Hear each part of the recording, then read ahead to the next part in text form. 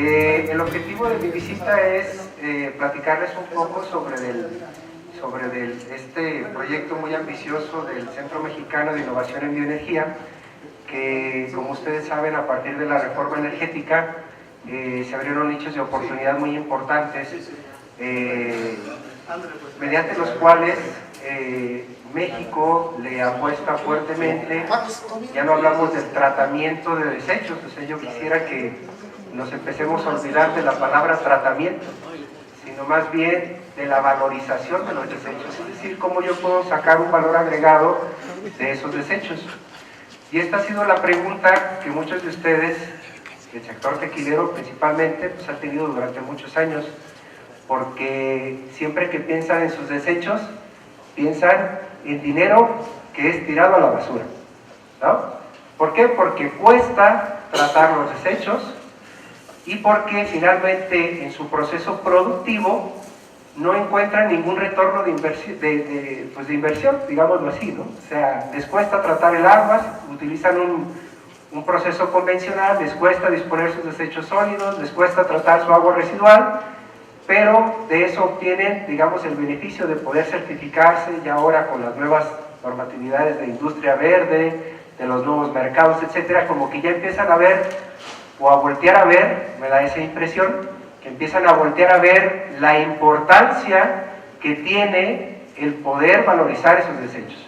Entonces yo lo que les vengo a platicar el día de hoy es finalmente una propuesta o una forma en la como nosotros estamos pensando que esos procesos se pueden valorizar de manera tal que podemos tener un retorno de la inversión que nosotros hagamos en estos procesos de valorización y un uso directo de esos subproductos que se obtengan sobre esos desechos en la producción del tequila. Y esto pues finalmente creo que es un ganar-ganar. Gana la sociedad en términos de que tiene una industria que es una industria verde, gana la sociedad porque se pueden generar nuevos empleos, gana el planeta porque se tienen menos emisiones de carbono, ¿ok? Y pues gana todo el mundo. Entonces, en particular es este el mensaje que yo he venido a transmitirles. Espero hacerlo de una manera muy breve, no muy tediosa para ustedes, y pues bueno, vamos a iniciar. Como ustedes saben, son dos principalmente los desechos que produce la industria del tequila. Uno de ellos es el desecho líquido, conocido como vinazas tequileras, que es, pues digamos, el principal desecho en términos de volumen de producción y en términos de complejidad de su tratamiento. ¿Cuál es, digamos, la desventaja que hay con este proceso? Pues que es un proceso que es un agua residual, que es un agua residual, digamos, poco convencional. Y es poco convencional porque sus características físico-químicas hacen que se considere como un agua residual compleja. Y esto impide que se pueda tratar por vías convencionales, al menos de una forma económicamente viable, impide que se pueda tratar este tipo de residuos utilizando tecnologías convencionales, y entonces eso ha hecho pues que se sigan prácticas que pues no son digamos que no son sustentables para la disposición de estos desechos. Entonces aquí quisiera comentar varios esfuerzos que se han hecho, y creo que la mayoría de ustedes los van a conocer muy bien. Saben que estas aguas residuales se han utilizado para el riego programado, bueno, programado entre comillas, ¿no? Saben que cuando ese riego excede la capacidad de absorción del suelo, saben las consecuencias que tiene sobre el suelo, ¿sí? Se ha utilizado también en la generación, por ejemplo, de composta. También el bagazo de agave, que es el segundo desecho, se ha utilizado en este mismo tratamiento, pero las cantidades de vinaza, por ejemplo, para hacer composta que se utilizan, pues son muy pequeñas y para nada resuelven el problema que se tiene ahí con las vinazas, ¿no? Hay otras aplicaciones por ahí que se han buscado hacer, pero finalmente nosotros creemos que una forma, y creemos esto porque tenemos 10 años trabajando en ello, y porque hemos visto cómo la mayoría de las industrias grandes, Sausa, Herradura, Cuervo, etcétera, pues poco a poco se van convenciendo en aquellos hace 10 años, pues apenas Sausa era la primera que por ahí hizo el primer intento, pero creo que hoy en día muchos de las grandes empresas están convencidas que el aprovechamiento de estos desechos para la producción de biocombustibles gaseosos, en particular la producción de biogás, pues es bastante redituable, ¿no? Entonces, con esta vía, yo les quiero presentar ahorita un video, que es el video en donde se engloba, digamos, los alcances del proyecto del que les vengo a platicar y en donde se tiene contemplado utilizar este tipo de residuos. Entonces, yo los invito a que con atención podamos escuchar este video, que no es muy largo, son como 2 minutitos y ahorita continuamos. Nos parecía grande y fuerte. Nos parecía inagotable. No fue así. Nuestro estilo de vida impacta. Nosotros decidimos en qué forma. En el país, generamos 36 toneladas de basura orgánica por minuto. Cuando acabe este video, se habrán producido más de 100 toneladas de basura orgánica, que equivaldría al peso de 14 elefantes. Al cabo de una hora, tendríamos el peso de 308 elefantes en basura. ¿Qué pasaría si transformáramos esa inmensa cantidad de residuos, o al menos una parte, en energía para nosotros? Todo empieza con la biomasa. Tomamos los desechos orgánicos de nuestros campos, de nuestros bosques, de nuestras zonas urbanas y nuestras industrias, para transformarlo en fuentes de energía limpia que llegue a más personas.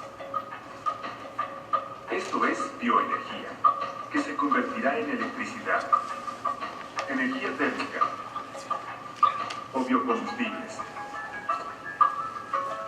beneficiando viviendas, comunidades, hospitales, así como a la aviación y la industria del autotransporte en nuestro país. Científicos e investigadores de toda la República unimos voluntades y talentos para crear redes de colaboración. Nuestro objetivo, impulsar la transición energética de México. Para enriquecer nuestra colaboración, hicimos sinergia con nuestra industria. Del laboratorio a la práctica, de la academia a la acción, a la industria, al mercado. La reforma energética del país transforma nuestra realidad y eso nos hace más fuertes. Somos pioneros de la bioenergía en México. Esto es lo que somos. Esto es Semiebio.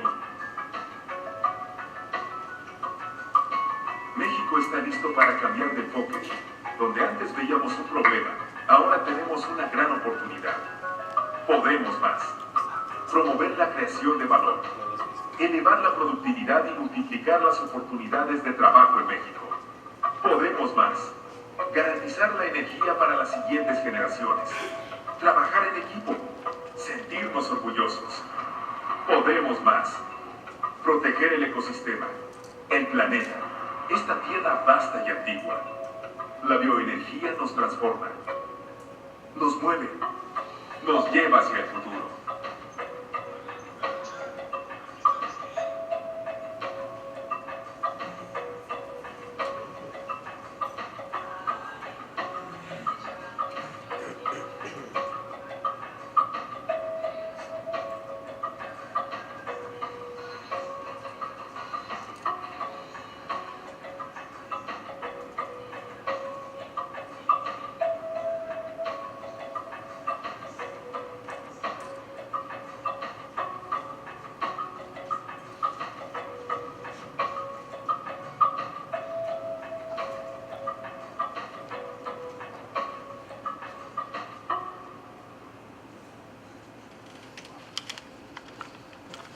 Bueno, pues muy bien.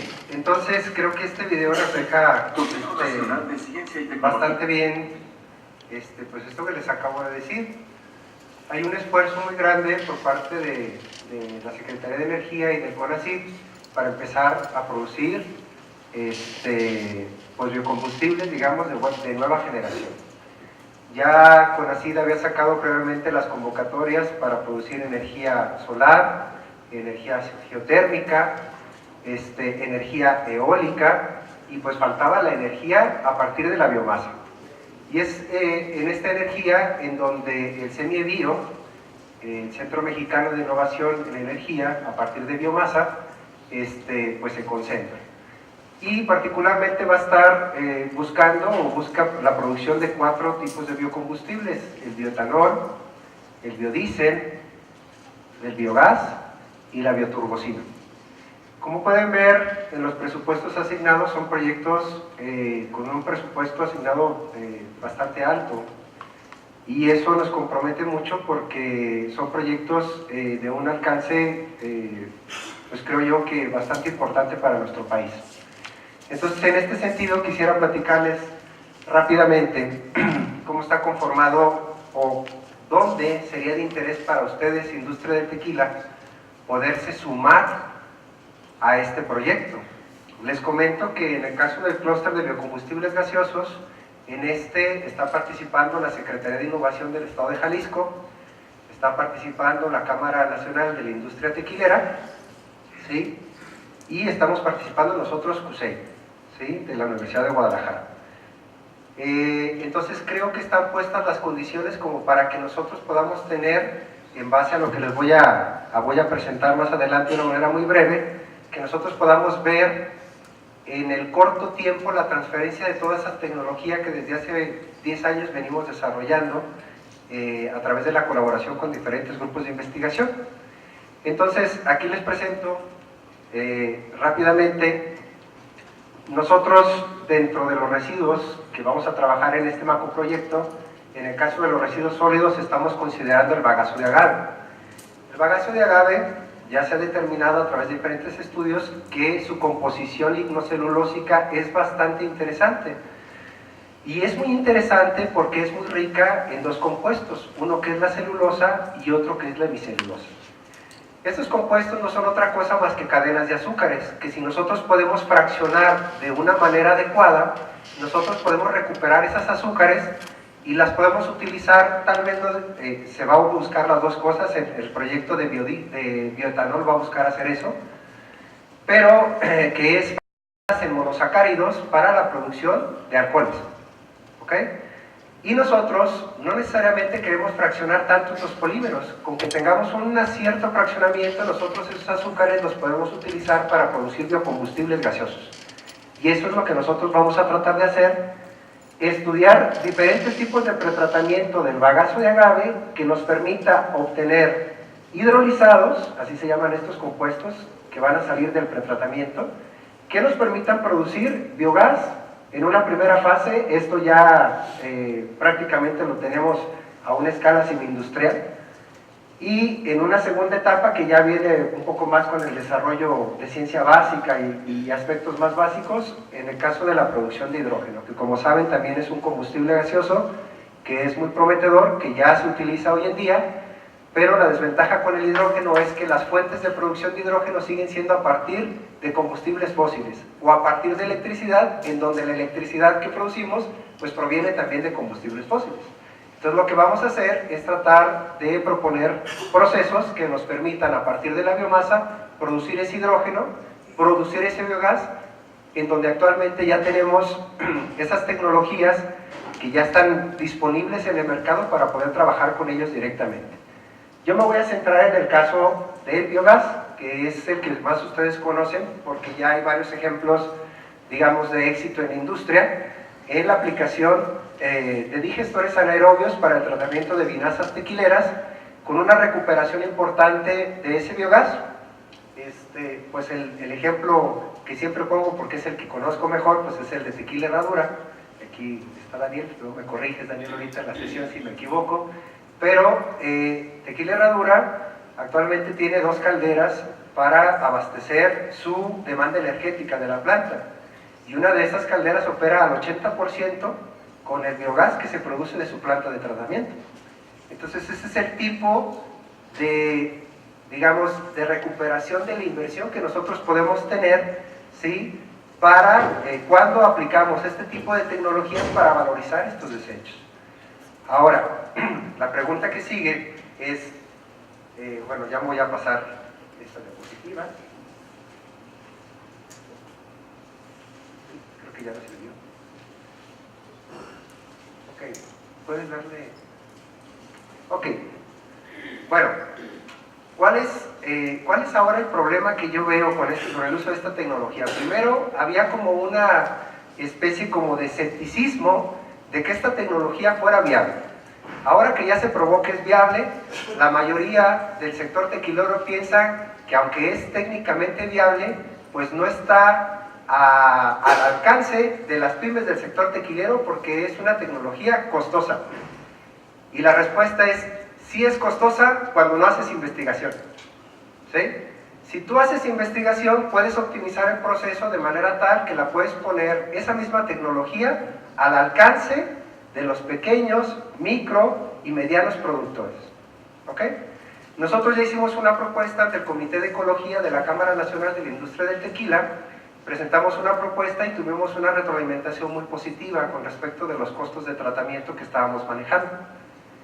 Y estamos empujando fuertemente, y ojalá y este proyecto sea un pretexto para poder hacer eso, de poder empezar a evaluar la posibilidad de poder poner plantas cooperativas de tratamiento, es decir, una planta de tratamiento que pueda abastecer o que pueda dar servicio pues a diferentes pymes del sector tequilero que tal vez no tengan ese poder adquisitivo para poder construir, digamos, su propia planta, pero que a través de la conjunción de diferentes esfuerzos pues lo podamos lograr.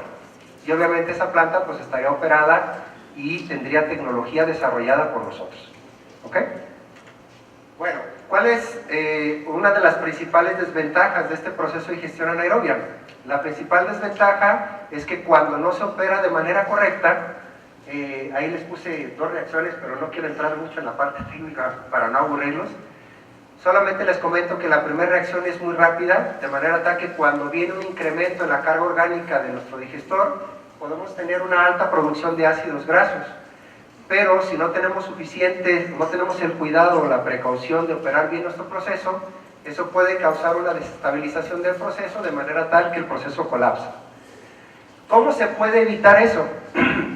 Se evita de dos formas. Una, conociendo bien el proceso y la aplicación de ese proceso a nuestras aguas residuales, conocimiento que nosotros ya tenemos desarrollado, ¿sí?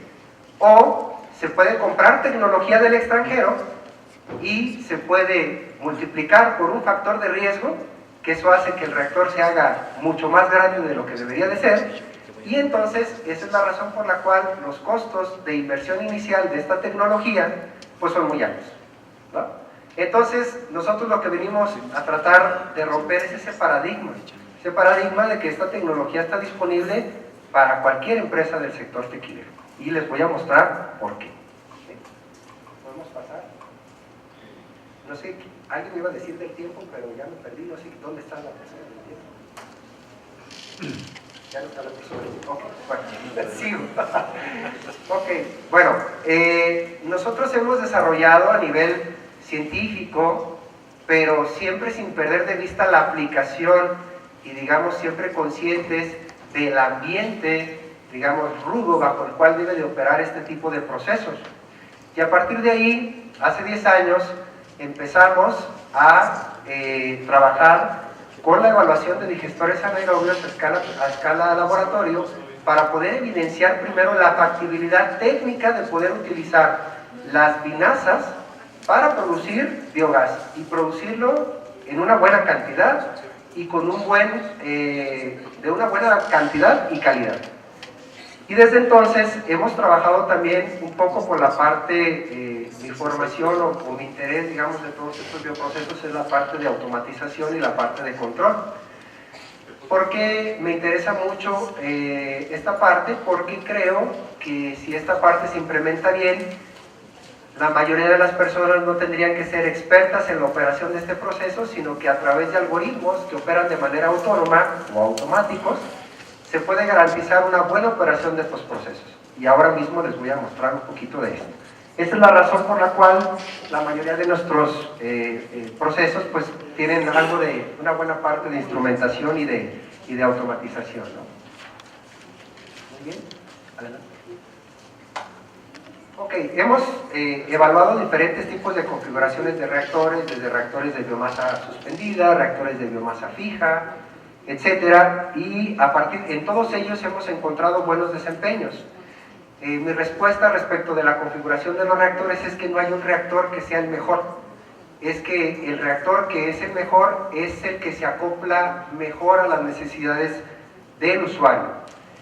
¿Cuáles son esas necesidades? 1, el dominio que tenga del proceso; 2, el volumen de producción de las vinazas; y 3, el tiempo que producen, porque hay empresas que producen, digamos, no a lo largo de todo el año, sino que tienen periodos de paro, y eso también se tiene que considerar dentro de la propuesta de estos procesos. Ok, después de haber estudiado todos estos procesos a escala laboratorio, por ahí en su momento, esto fue como por ahí del 2008 más o menos, pues nos acercamos al Consejo, nos acercamos a la Cámara y dijimos: oiga, tenemos resultados muy prometedores para la producción de biogás a partir de vinazas tequileras. ¿Cómo ven? Pues vamos a hacer un proyecto, etcétera. Pues desafortunadamente no se pudo.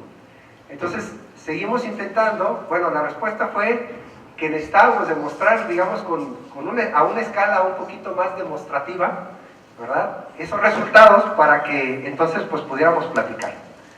Bueno, entonces me di a la tarea, o nos dimos a la tarea de seguir consiguiendo recursos a través del CONACYT y a través de fondos internacionales, y a través de esos fondos nosotros llevamos a cabo la construcción de esta planta piloto que está ubicada en el CUSEI.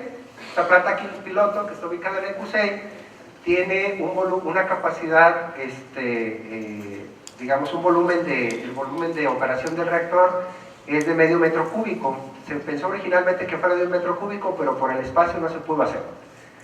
Esta planta demostrativa está abierta para todos ustedes, quienes estén interesados en evaluar el rendimiento que ustedes pudieran alcanzar con sus residuos, con sus propias vinazas, respecto de la producción de biogás. ¿Ok? Entonces nosotros en esta planta tenemos en la parte exterior cisternas con una capacidad de hasta 15 metros cúbicos de almacenamiento, en donde aquella empresa que le interese poder ver la factibilidad tanto técnica como económica de poder aplicar esta tecnología, pues simplemente pues nos lleva sus vinazas, acordamos por ahí, firmamos los convenios de confidencialidad que se tenga que firmar y podemos entregarle un estudio bastante bueno respecto de cuáles serían los costos de puesta en marcha, los costos de tratamiento, etcétera, de sus vinazas en particular, porque como ustedes saben, las vinazas no solamente de empresa a empresa, sino de lote a lote dentro de la misma empresa, tienen cambios en su composición. Y entonces, pues por eso es que una valoración de este tipo pues es bastante buena y nos deja ver muy claramente cuáles serían las ventajas que nosotros tendríamos de aplicar este proceso. Ok, dentro del proyecto en particular tenemos varios, digamos, hitos en relación al desarrollo de tecnología relacionados con las vinazas tequileras, y son estos 3 que les muestro aquí. El primero de ellos es que nosotros ya hemos probado a nivel, digamos, laboratorio, a una buena escala, lo que es la configuración de la digestión anaerobia en 2 etapas. La configuración de la digestión anaerobia en 2 etapas, a diferencia de una, nos permite poder, digamos, de alguna manera evitar este problema de inhibición que tiene natural, que tiene nuestro proceso, y nos permite poder controlar de mejor manera nuestro proceso para garantizar no solamente un mejor rendimiento, sino una mejor robustez del proceso ante variaciones en la carga de operación. Entonces, nosotros vamos a estar pugnando fuertemente porque esta planta demostrativa que queremos construir a partir de este proyecto sea una planta demostrativa en 2 etapas. La segunda parte que nos interesa avanzar es comparar cuál es el desempeño que hoy en día, esta cuestión de mesofilia y termofilia, para quienes no estén muy familiarizados con ellos, son los rangos de temperatura en los cuales se opera el proceso. El proceso actualmente, como el proceso de Sausa, el proceso de herradura, etcétera, casi todos ellos se operan en mesofilia alrededor de 35 grados centígrados y con excelentes rendimientos. ¿Cuál es el interés de operar estos procesos en termofilia? El interés son 2. Uno, que la teoría nos dice que cuando tú incrementas la temperatura, la velocidad de degradación de los compuestos es mucho más rápida. Puede ser llegar al doble, al triple, es mucho más rápido. Y por ende, si la degradación es más rápida, entonces los volúmenes del reactor que nosotros vamos a necesitar van a ser mucho más pequeños. Y la producción que nosotros vamos a tener con respecto a estas vinazas van a ser mucho más importantes que las que se tienen actualmente en mesofilia. Y la segunda ventaja tiene que ver con la cuestión operacional. Sabemos nosotros que las vinazas provienen del proceso de destilación y estas salen a una temperatura por arriba de los 90 grados centígrados. ¿Qué se hace hoy en día? Pues se ponen pilas, se deja que se enfríen y una vez que se enfrían se meten a los digestores. Entonces la pregunta es, si yo logro desarrollar un proceso en termofilia que me dé las ventajas del proceso en termofilia, es decir, que me duplique la producción de biogás, que me permita disminuir la infraestructura que yo voy a necesitar, pero que aparte me permita utilizar la propia energía que yo ya le di a las vinazas para poder tener a partir de esas vinazas calientes la producción de biogás, pues tendría muchos factores positivos que harían que esta tecnología pudiera aplicarse de una manera más sencilla y a un costo mucho menor. ¿Ok? Entonces, esa es la razón que nosotros queremos evaluar estos comportamientos. La desventaja que tiene el proceso de termofilia es que no se ha reportado que la diversidad de microorganismos que proliferan en ese tipo de procesos es limitada. Y se sabe muy bien que esa diversidad está directamente relacionada a la robustez que tiene el proceso para soportar cambios en la composición de la vinaza y cambios en la concentración, es decir, en la carga con la que estamos alimentando el proceso. Más sin embargo, pues nunca se ha hecho para las vinazas tequileras. Entonces, una vez que lo desarrollemos, que lo probemos a nivel piloto, pues tendremos la respuesta a estas preguntas y veremos esa factibilidad. No pierdan de vista lo que ya comenté. O sea, esto es para incluso mejorar el proceso, incluso hacerlo más factible desde el punto de vista técnico y económico. Pero eso no quiere decir que este proceso sea en mesofilia hoy en día ya técnicamente factible y económicamente factible. ¿Ok? Y el último, que tiene que ver con la implementación de esquemas avanzados de monitoreo y control, tiene que ver con la implementación de dispositivos que hoy en día ya son de relativamente bajo costo, que nos permitan tomar decisiones oportunas para poder garantizar la operación del proceso en este ambiente totalmente incierto bajo el cual lo podríamos operar, digamos, directamente en planta. ¿Por qué digo ambiente incierto?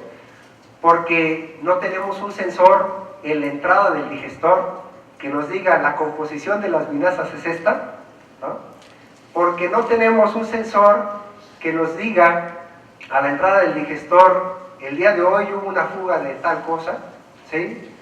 Y así todos los inconvenientes. No tenemos en el digestor a alguien que le avise que el día de hoy está frío, que el día de hoy está cálido, etcétera, ¿no? Son todo este tipo de perturbaciones inherentes a la operación de este proceso, lo que hace que la propuesta de esquemas avanzados de monitoreo y control pues sea de gran peso. Bueno, con respecto de la propuesta del proceso en digestión anaerobia, el proceso que probamos ya a nivel el proceso que probamos ya a nivel laboratorio, ya hemos tenido por ahí algunas publicaciones y también le evaluó a la chica que hizo esta tesis de maestría, el premio estatal de ciencia y tecnología, por allá del 2013 creo, si no me equivoco. Ok, estos son algunos de los algoritmos que nosotros hemos estado probando en términos de esquemas avanzados de control. Necesitamos un sensor en línea, que pues el costo es realmente bajo con respecto de los beneficios que nosotros tenemos, pero ¿hacia dónde estamos tendiendo? Estamos tendiendo hacia el uso de sensores convencionales como este, ¿no? ¿Qué laboratorio no tiene un método colorimétrico para poder medir una solución? Entonces, bueno, si tengo un sensor en línea muy sofisticado y puedo implementar una ley de control y esa me garantiza la operación del proceso, pues qué bueno.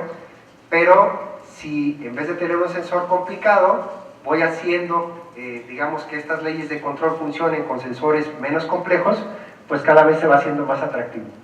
Y aquí son algunas de las, digamos, de las publicaciones que tenemos en relación a la regulación de ciertas variables. Si se fijan aquí, la línea punteada es el valor que yo estipulo a la ley de control sobre el cual yo quiero regular, y la línea que está oscilando es el valor real que está entregando el sensor, en donde puedo observar claramente que yo tengo un dominio sobre esa variable en el sistema. Esto se hizo para amenazas del vino allá en Francia, y esta se hizo, aquí está la línea roja, que es la demanda química de oxígeno, la concentración de contaminantes, y la línea punteada es una medición diaria que yo estoy haciendo con un método convencional que pudiera tener en cualquier laboratorio en una planta industrial. ¿Okay? Entonces esta es la diferencia entre un sensor avanzado y un sensor convencional, pero con una ley de control avanzada. ¿Okay? Bueno, adicionalmente, y creo que ya me queda poquito tiempo,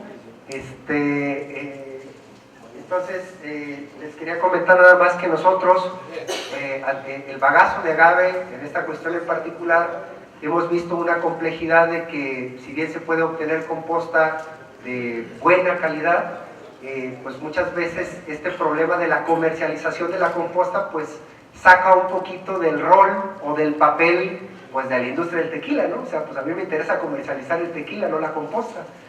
Y eso ha hecho que eso y los precios de la composta y la calidad de la composta ha hecho que esta vía de valorización de este desecho pues no sea para todo el mundo muy atractiva.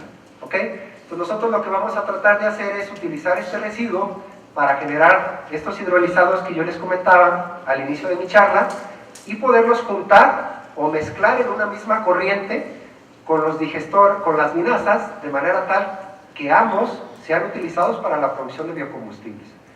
Y esto permitiría que las empresas, las grandes empresas que hoy en día ya tienen su digestor y que quieran, digamos, añadir estos residuos a la producción de biogás, para que en vez de tener, como les decía en el caso de Herradura, una caldera funcionando al 80%, pudieran tener 1,5 calderas funcionando con biogás a partir de la producción de sus residuos, pues poderlo conseguir, ¿no?